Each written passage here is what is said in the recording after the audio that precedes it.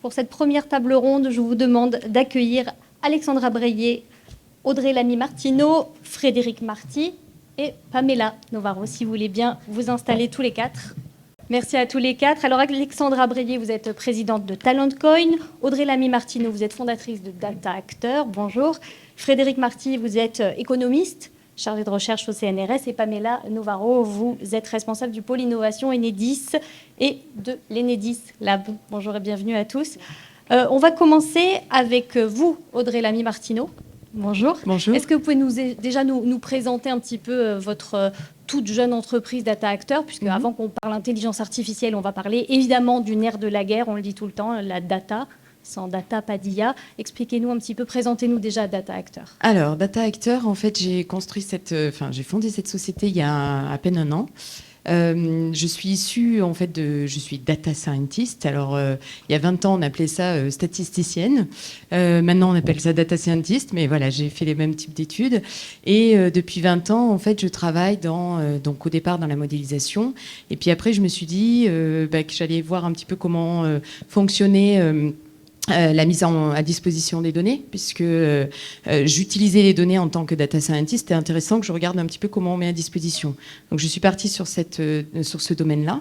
Et puis, suite à ça, j'ai pris la responsabilité de la gouvernance de la donnée dans une entreprise pour la mise en place. Parce que, vous savez, tous ces nouveaux métiers arrivent et donc il fallait mettre en place la gouvernance de la donnée dans l'entreprise.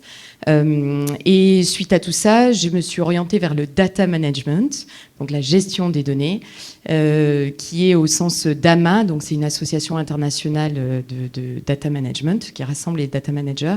Et je me suis fait certifier. Et tout ça pour dire, une fois que j'ai fait tout ce parcours-là, je me suis dit c'est intéressant que je mette à disposition cette expérience, ces compétences en data management, avec cette vision à la fois de qu'est-ce que la data, comment je la gouverne et comment je la rends de qualité et comment je développe les usages. Et donc, Data Acteur est né par rapport à ça pour justement que j'accompagne toute structure dans la mise en place d'IA notamment. Parce que clairement, le besoin est très fort. Oui, effectivement. En fait, quand on parle d'IA, si je reviens sur cette notion d'IA, quand on parle d'IA, on parle de l'utilisation. Mais l'utilisation de la donnée, s'il ne se passe rien en amont, l'utilisation ne va pas être juste, ne va pas être correcte, ne va pas nous permettre de prendre des bonnes décisions. On en a parlé plusieurs fois pendant tous les intervenants précédents.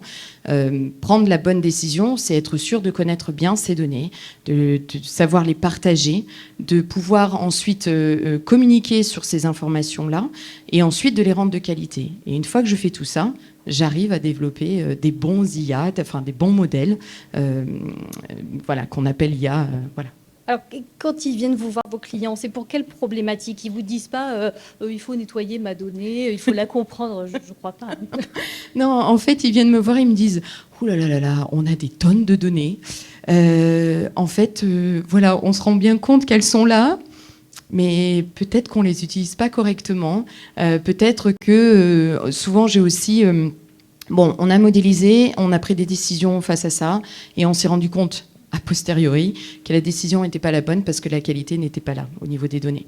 Et donc, on vient me chercher pour mettre en place, par exemple, une stratégie de qualité de données, pour développer, on parle de stratégie d'entreprise, j'ai une stratégie d'entreprise, pour avoir une super stratégie d'entreprise, je viens mettre en parallèle la stratégie data. Et donc, souvent, on vient me chercher pour travailler sur cette notion de stratégie, de qualité.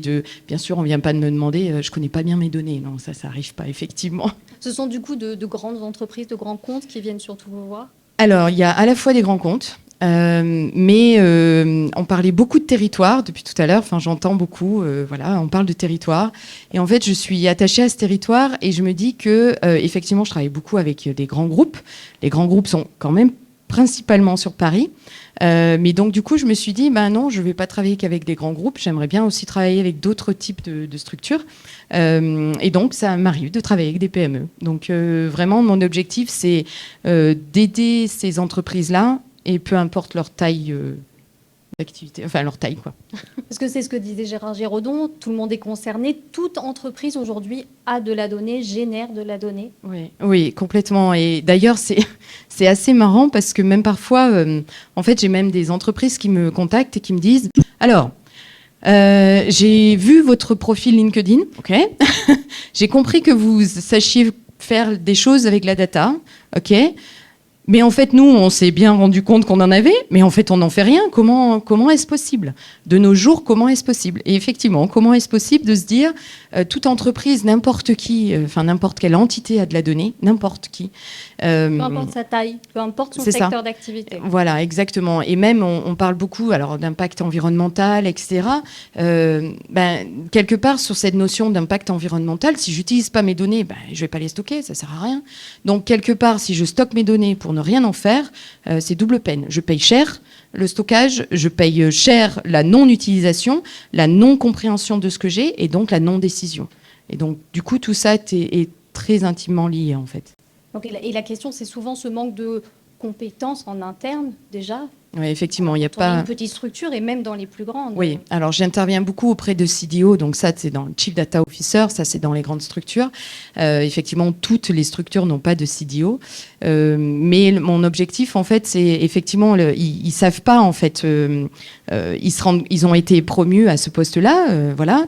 Il n'y a pas vraiment de formation en data management. Je parle pas de data science, bien sûr, il y a beaucoup de formations en data science maintenant et ça se développe de plus en plus. Mais il n'y a pas de formation en data management. Et donc, c'est aussi pour cette raison-là que je vous ai parlé aussi de cette certification du DAMA, parce que quelque part, c'est le seul au monde, à ma connaissance en tout cas, qui permet de comprendre ce qu'est le data management et de se former à ça. Et donc, moi, je suis certifiée DAMA justement pour accompagner. Et donc, comme toutes ces formations n'existent pas, eh bien, les CDO...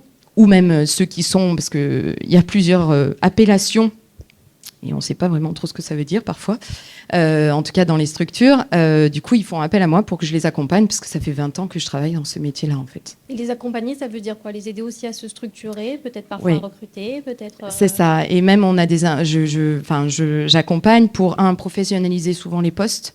Voilà, je prends ce poste-là, mais qu'est-ce qu'il faut que je fasse ? Bon, ok, j'aide à professionnaliser le poste. Une autre chose aussi que je peux amener, c'est des formations, parce que la professionnalisation, c'est au quotidien, on va dire chaise à côté de chaise, voilà.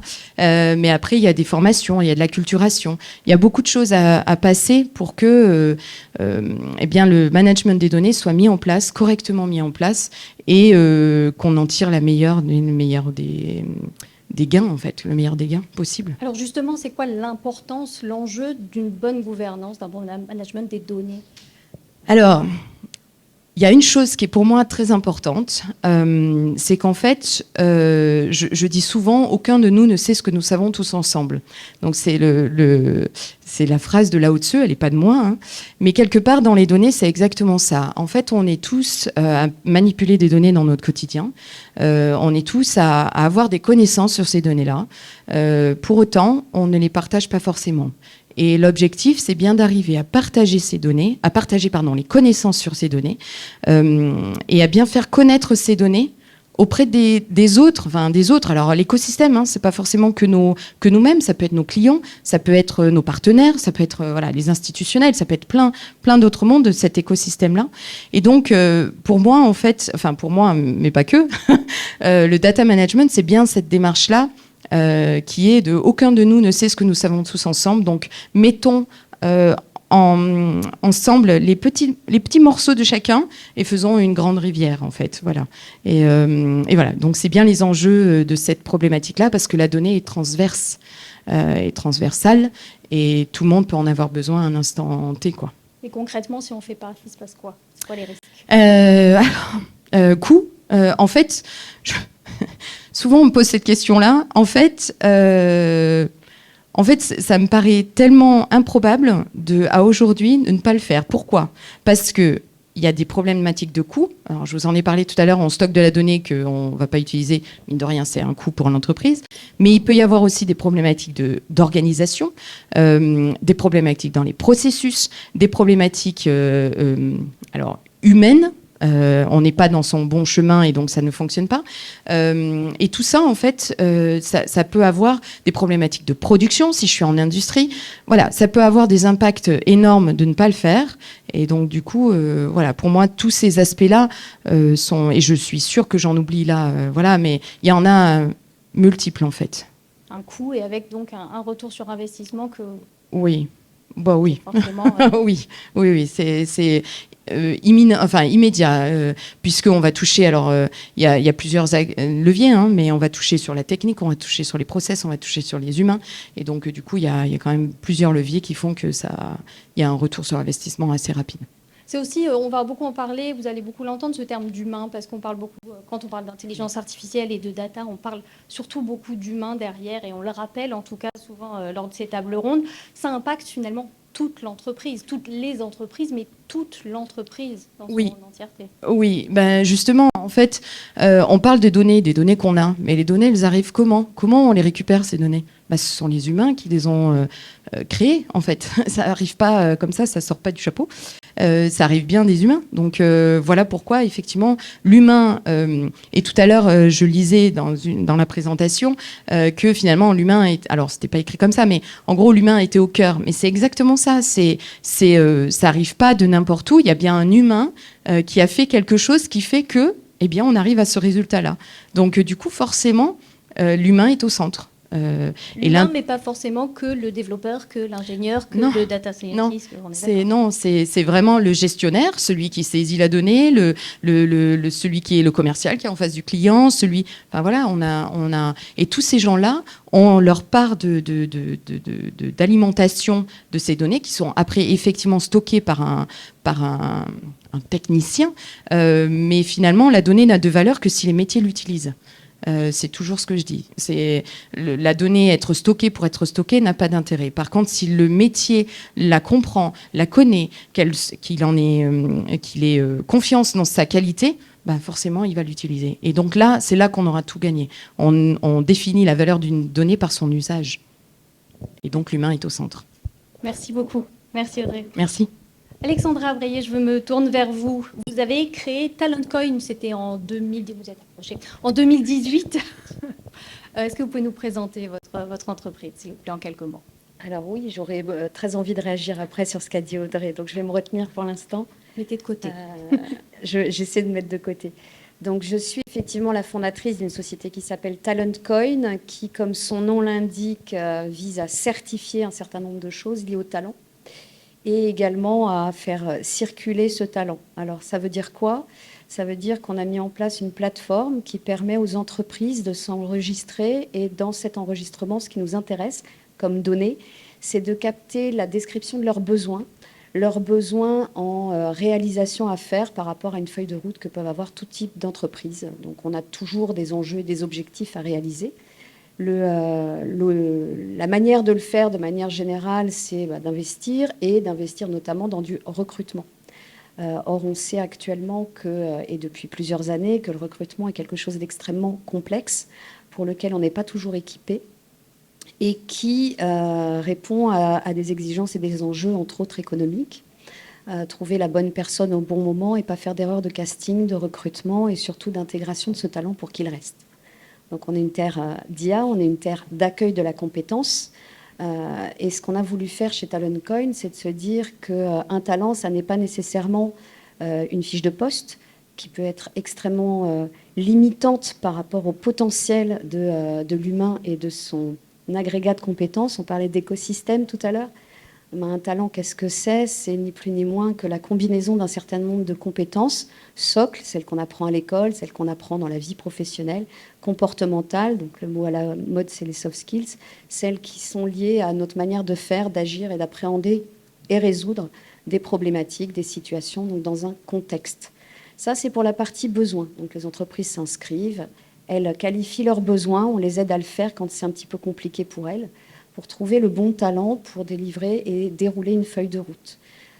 En face de ça, on met quoi? On met d'autres entreprises, ou même les mêmes parfois, qui vont inviter leur capital humain, donc ça s'appelle des salariés, donc j'appelle ça du capital humain, à s'inscrire sur la plateforme et à mettre à disposition une partie de leur temps à ces salariés pour exécuter des missions, non pas les missions de leur quotidien, celles qui sont bien cadrées par leur fiche de poste et bien masquées derrière ça, mais plutôt les compétences, mettre en œuvre des compétences et du temps de talent pour réaliser des choses qui les sortent de leur zone de confort et qui permettent de révéler justement ces fameuses soft skills et qui permettent à ces talents salariés d'avoir l'opportunité, parce qu'ils sont mis en situation, de mettre en œuvre une compétence.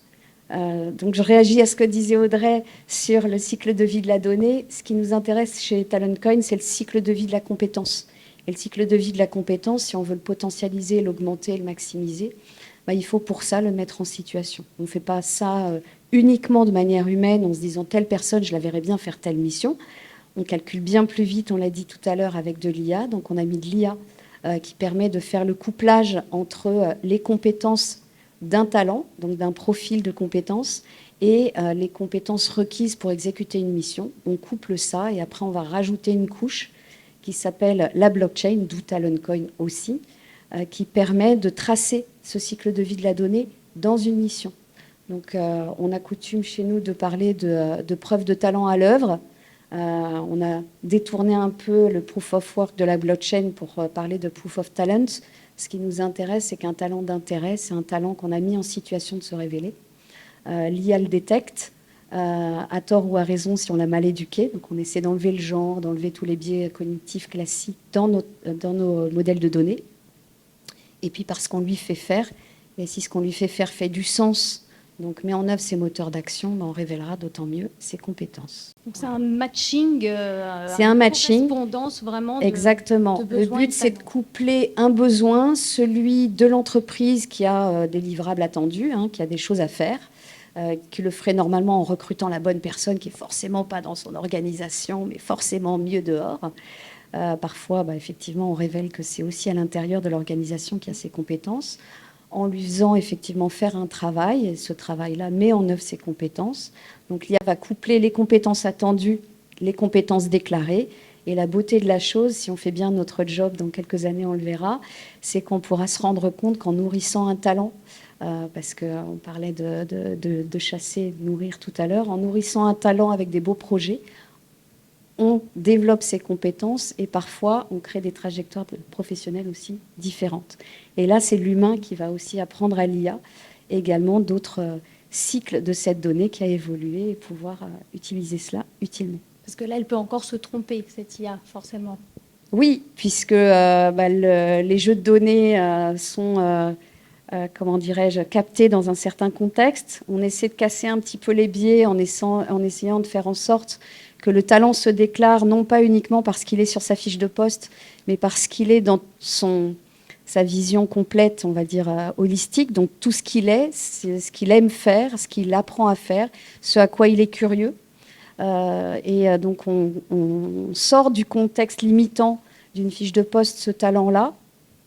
Et si l'IA reste uniquement sur des données qui sont des données purement RH de ce que vous faites en rentrée dans un poste, que vous pouvez avoir fait pendant 13 ans, mais vous vous êtes nourri pas que, bien sûr beaucoup, mais pas que avec ce que vous avez fait dans vos fonctions, mais également par les projets qui vous animent et qui vous permettent de vous révéler. Donc on va également superviser cette IA pour voir si elle ne s'est pas trop trompée. Et puis, si on lui a un petit peu enlevé aussi quelques biais qui peuvent être culturels, qui peuvent être organisationnels, puisque effectivement, l'IA ne fait que exploiter des données par rapport au modèle qu'on lui a appris.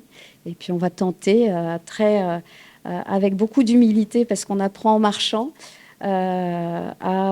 sur des données même de petite quantité, non pas des milliers de données, mais bien des données de petite quantité, à faire quelques réglages, voir que les données qu'elle a extraites pour faire un couplage sont parfois liées au contexte de saisie, pas nécessairement au contexte d'exécution, pas nécessairement au retour d'expérience sur la mise en œuvre d'une compétence, et donc essayer également de l'alimenter avec des données qui soient un peu moins biaisées que celles des sociétés de manière classique. Alors là, l'humain est indispensable, mais l'IA, là, est indispensable pour produire un travail que l'humain ne pourrait jamais faire. Alors je pense que finalement, l'un augmente l'autre. Oui, c'est ce que disait M. Giraudon. Donc tout à l'heure, on parlait d'augmentation par l'IA, mais je pense que l'IA est augmentée par l'humain et l'humain est augmenté par l'IA. Parce qu'aller déceler, vous parliez, alors quand on recrute sur une fiche de poste, d'accord, vous disiez, effectivement, on évolue dans l'entreprise, mais ça, mon responsable RH, il n'en sait rien. Alors déjà, il n'en sait pas nécessairement grand-chose parce qu'il a des rendez-vous et puis parce que les ressources humaines, par nature et par mode de fonctionnement, voient le salarié à certaines périodes de son cycle de vie professionnel. Et la tendance que l'on a quand on regarde de l'humain avec uniquement une grille de lecture qui est une fiche de poste, c'est qu'on oublie parfois ce qu'il a fait avant. Et on ne sait pas toujours ce qu'il fait à côté, surtout dans une société française, un petit peu moins dans des sociétés à l'international, qui regardent aussi ce qu'apporte et comment impacte un individu sur son organisation. Donc notamment les multipotentiels dans les organisations plus internationales sont valorisés. Quand on traite de manière, on va dire, massive des ressources humaines, par le biais organisationnel, on va surtout le regarder par rapport à sa fiche de poste qu'il est censé faire et les compétences qui sont nécessaires à la tenue du poste et pas une prospective, une évolution, une transformation du poste ou de la société. C'est pour ça qu'il faut de temps en temps faire un pas de côté et regarder l'humain dans ce qu'il fait, dans son engagement, dans sa motivation et ses leviers d'action. Et c'est parfois plus révélateur que uniquement l'organisation. Et l'IA, comment ça fonctionne pour qu'elle aille chercher ces fameuses soft skills, pour identifier ces fameuses soft skills dont on parle tant aujourd'hui? Forcément, il faut qu'on les ait collectées. Ouais. Jusqu'à présent, on est une petite structure. Pour l'instant, on s'autofinance, donc forcément, on fait avec une grosse frugalité et de moyens et de données. À terme, donc, on se rapproche de partenaires qui étudient l'IA non pas uniquement sur la partie sémantique et linguistique et au jeu de données, donc en langage naturel et en référentiel que l'on utilise nous pour lui apprendre, mais on va y ajouter également d'autres éléments d'apprentissage de l'IA comme la congruence du comportement et de la gestuelle. Vous avez vu qu'on parle tous aussi beaucoup avec nos mains et on parle beaucoup avec notre visage. Ce qui m'intéresse, alors c'est mon côté un petit peu folle d'entrepreneur, hein, c'est de réconcilier les deux. Alors j'ai regardé aussi beaucoup de séries à la télé, mais effectivement il y a du profiling qui peut être mis à profit de la détection de ces compétences comportementales, de est-ce que je suis à l'aise dans le stress. Effectivement, on va dire que oui, on va écrire que oui, on va surtout dire que tout se passe toujours très bien, même sous pression. Et puis le corps va dire d'autres choses. Si on capte les données du langage non verbal, de l'attitude, effectivement la manière de se mettre en scène aussi, on peut, en rapprochant les données, et avec des personnes bien plus intelligentes que moi qui font de la neuroscience et qui étudient le comportement, on pourra aussi voir si ces compétences comportementales, les capacités d'écoute, les capacités d'élocution qui sont des soft skills, on les retrouve dans la gestuelle ou pas. Et le troisième point qui me paraît aussi intéressant, c'est qu'en faisant uniquement du sémantique ou du visuel et de la donnée que moi j'appelle kinesthésique également, pour l'instant le kinesthésique, on l'a uniquement sur la captation d'images. J'aimerais qu'on aille un cran au-delà aussi et qu'on interprète également le langage des gestes, donc la langue des signes, qui est également une source de données extrêmement importante. Et qui permet aussi de se dire qu'un talent, lorsqu'il est malentendant, il va s'exprimer différemment, y compris en gestuel, qu'un talent entendant. Et la richesse, ça, c'est le collectif, je crois que ça a été dit tout à l'heure. Donc si on veut être aussi beaucoup plus inclusif, les soft skills, il faut aussi aller les capter dans les données que les experts n'appelleront pas kinesthésiques, que moi j'appelle kinesthésiques, parce qu'effectivement ça parle et c'est effectivement la manière dont vous vous exprimez, dont vous appelez vos noms et qui sont aussi des données précieuses pour détecter des talents qui ne savent pas les exprimer autrement. Merci beaucoup Alexandra. Merci. Frédéric, je me tourne vers vous. Frédéric Marty, vous êtes économiste chargé de recherche au CNRS et plus spécifiquement au GREDEG. Un très bel acronyme, expliquez-nous en quelques mots votre activité. Alors c'est le GREDEG, comme son nom l'indique, est un acronyme peut-être assez mal cherché. C'est le groupe de recherche en droit économie et gestion, qui est une UMR, une unité mixte de recherche commune à l'Université Côte d'Azur, nous en parlions tout à l'heure, et au CNRS. Alors c'est tout simplement la fusion de 3 équipes, une équipe de gestion, une équipe d'économie, une équipe de droit. Et ce qui nous réunit, à vrai dire, ce sont des terrains communs autour de la stratégie d'entreprise et notamment, dorénavant, l'introduction des algorithmes de la décision des entreprises et l'intelligence artificielle. Ce qui nous réunit donc aujourd'hui. Les avantages de l'IA sont nombreux, on en a parlé, outils d'automatisation, de prédiction, d'optimisation. Vous, forcément, vous vous intéressez à ce qui va moins bien, aux risques liés à cette intelligence artificielle. Quels sont-ils? Tout à fait. Alors, il ne faut en aucun cas minimiser les gains que nous rapporte l'IA. Nous l'avons vu à l'instant. On a parlé d'appariement, donc de couplage, et tout ça, ça repose sur la prédiction. Ce que nous apporte l'IA, c'est une plus forte capacité de prédiction. Cette prédiction se base sur des données, et donc à partir de là, ça peut permettre des appariements entre les consommateurs et les produits qu'on va leur proposer.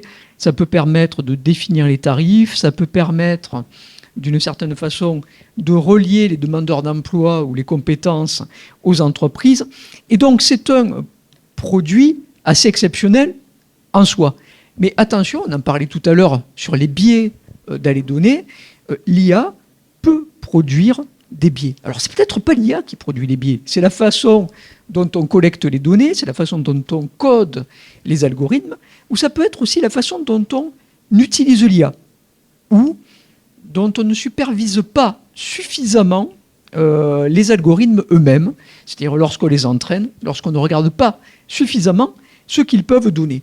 Alors ça peut donner des choses à la fois problématiques, parfois pour la concurrence, mais aussi pour le consommateur. Alors très très rapidement, je commence par un cas qui est quasiment anecdotique. Parfois, on a des entreprises qui s'entendent entre elles sans communiquer.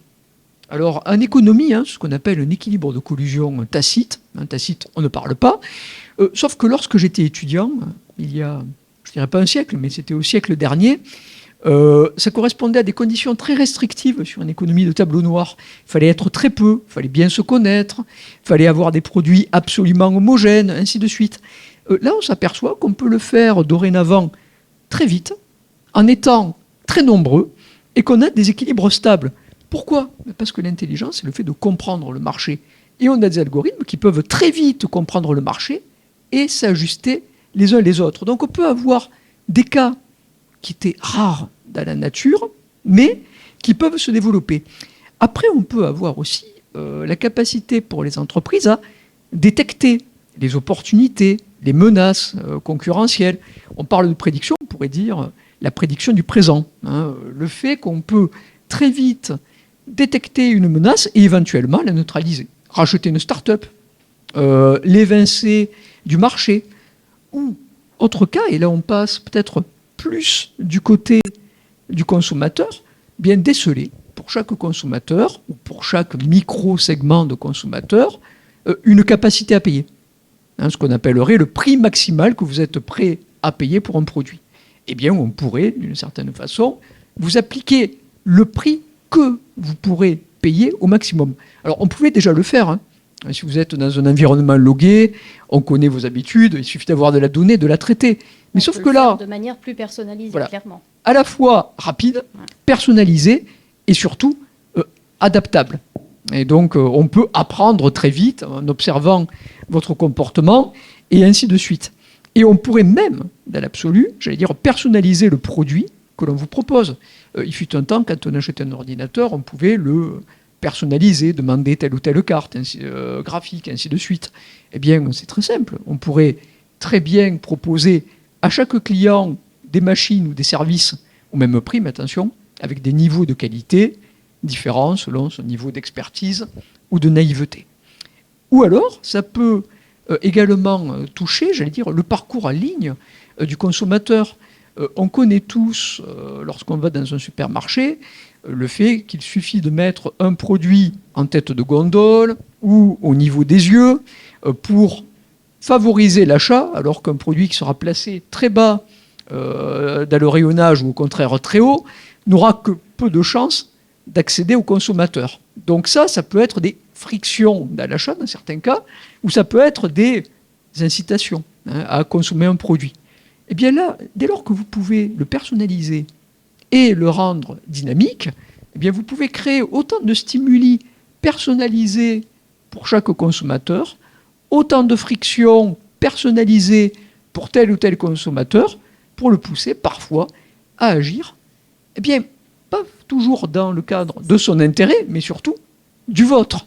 Et donc, c'est vraiment cette notion de réduction de l'espace des choix possibles et éventuellement de manipulation des choix du consommateur qui peut être éventuellement problématique. Et là, quelle est la responsabilité de l'entreprise? Clairement, si elle est pas malveillante, forcément. Mais... Alors, il y a deux choses. Vous pouvez avoir des entreprises qui s'engagent dans des stratégies volontaires de manipulation et de tromperie. C'est une chose. Mais vous pouvez aussi avoir des biais, des fonctionnements qui sont propres au fonctionnement de l'algorithme. Encore une fois, on va proposer des services dont on pense que le consommateur a besoin. Et là, d'une certaine façon, on a parlé d'IA centrée sur l'humain, ainsi de suite. Et là, il y a toute cette dimension, j'allais dire, d'éthique d'entreprise, de responsabilité de l'entreprise vis-à-vis de ses consommateurs, vis-à-vis de ses parties prenantes, mais aussi, vous l'avez dit, vis-à-vis du cadre légal. Donc le cadre légal et de sa réputation aussi. C'est ça. Il y a vraiment important. Il y a les trois éléments. Le côté perte de confiance du consommateur. Si le consommateur est orienté, je ne sais pas, par exemple, sur une plateforme, vers un service de mauvaise qualité, imaginez que ce soit un opérateur de mauvaise qualité qui ait fait une enchère sur un mot-clé et que vous allez cliquer sur celui qui a enchéri le plus pour acquérir ce mot-clé, ben parfois vous pouvez tomber non pas sur le meilleur, mais j'allais dire sur le plus manipulateur. Que va retenir le client? Il va retenir qu'il a eu une très mauvaise expérience avec ce prestataire, mais il va retenir aussi qu'il a eu un très mauvais conseil de la part de la plateforme. Et donc, d'une certaine façon, on a un enjeu sur les plateformes en termes de réputation. Et tous les instruments qu'on peut avoir, les instruments de retour des clients, les instruments de ranking, ainsi de suite, sont biaisés, manipulables, et donc appellent, j'allais dire, une supervision constante.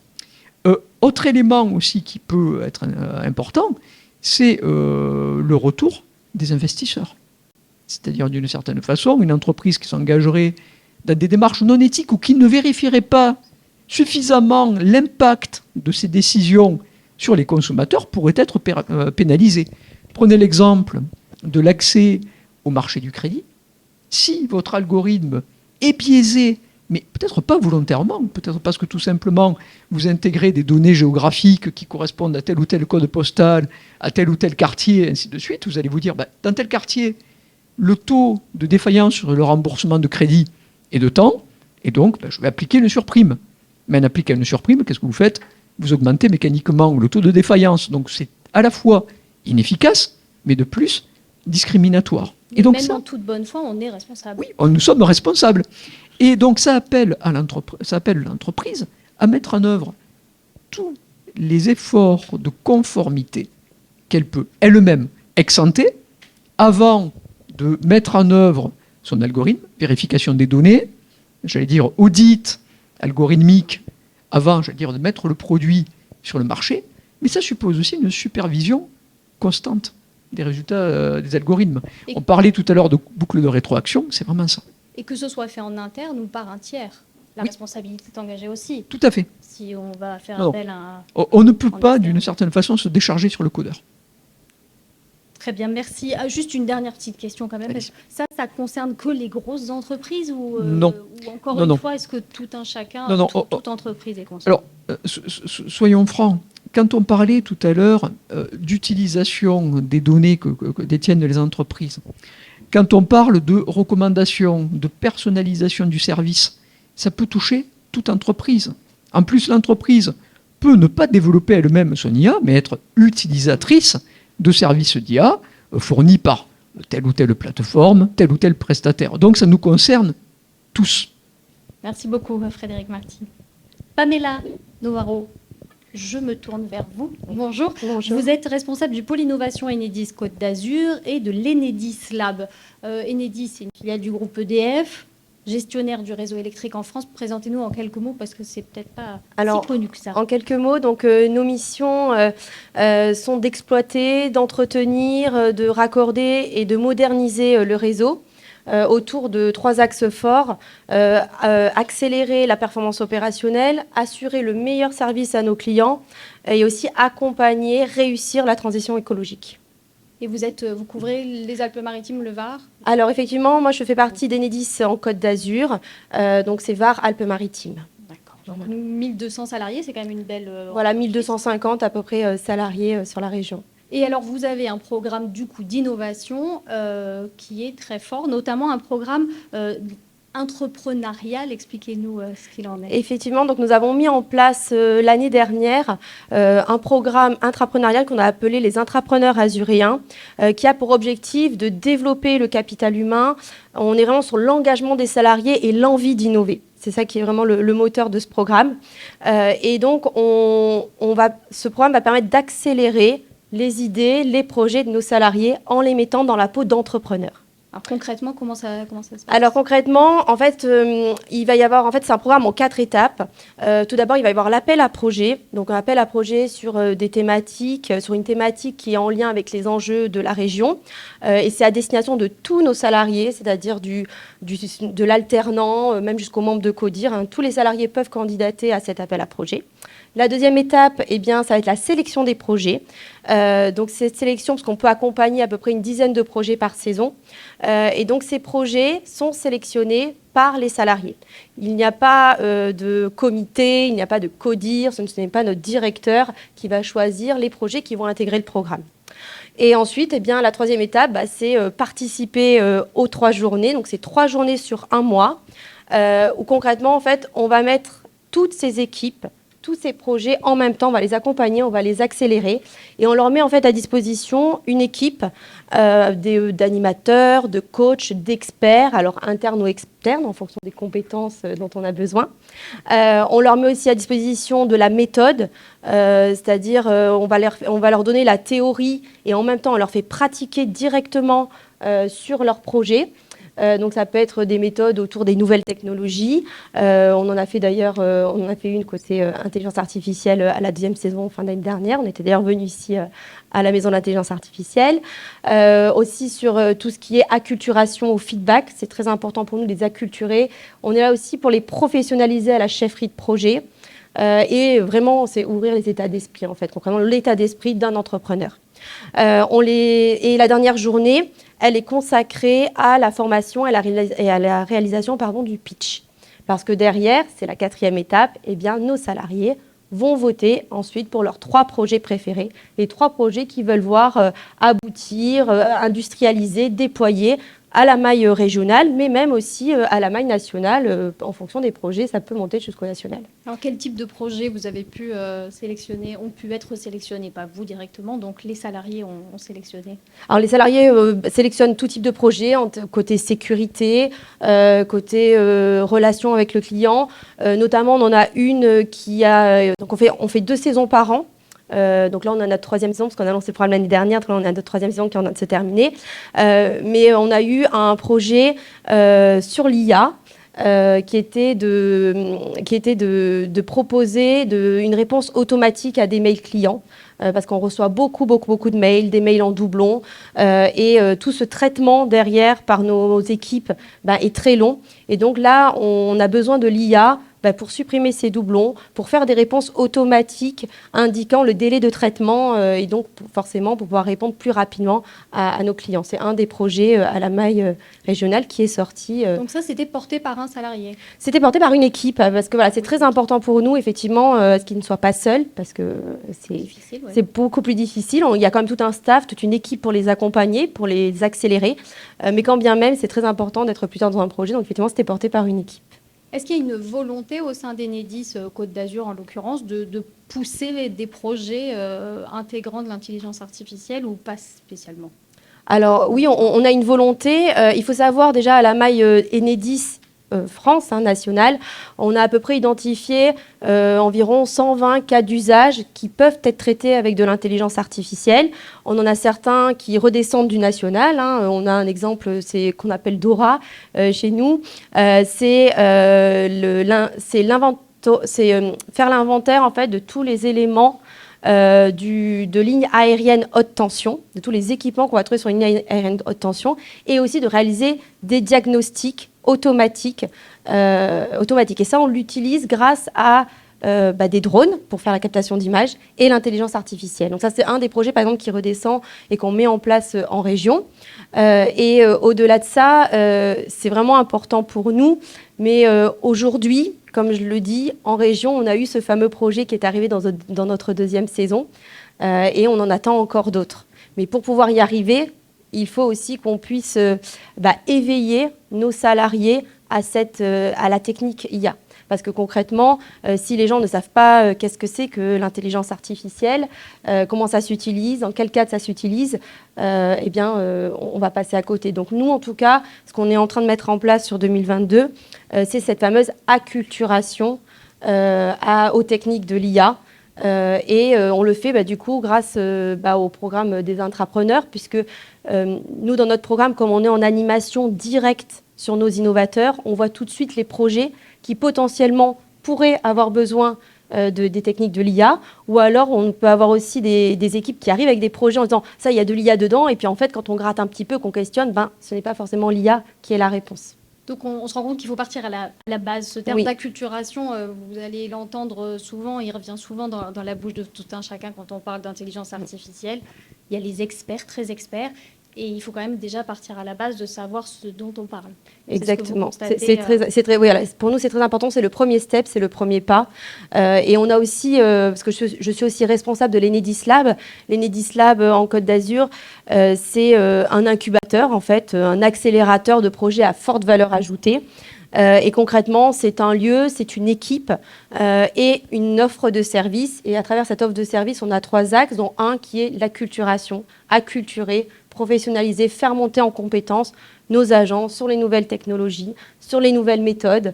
Et donc, via cet axe-là, on va acculturer nos salariés. Et donc, justement, une dernière question qui s'adresse à tout un chacun, on en a un petit peu parlé. C'est là où on voit que ça concerne toute personne dans l'entreprise. Intégrer l'intelligence artificielle, c'est un enjeu pour toute l'entreprise dans sa globalité, pas juste technique. Oui. Non, pas du tout. Oui, c'est très important pour nous. Et pour nous aussi derrière, c'est comment est-ce qu'on va manager ce développement de la compétence de l'IA en interne chez nous. Audrey, si vous voulez bien ensuite... Non, mais très rapidement, il y a deux risques avec l'IA.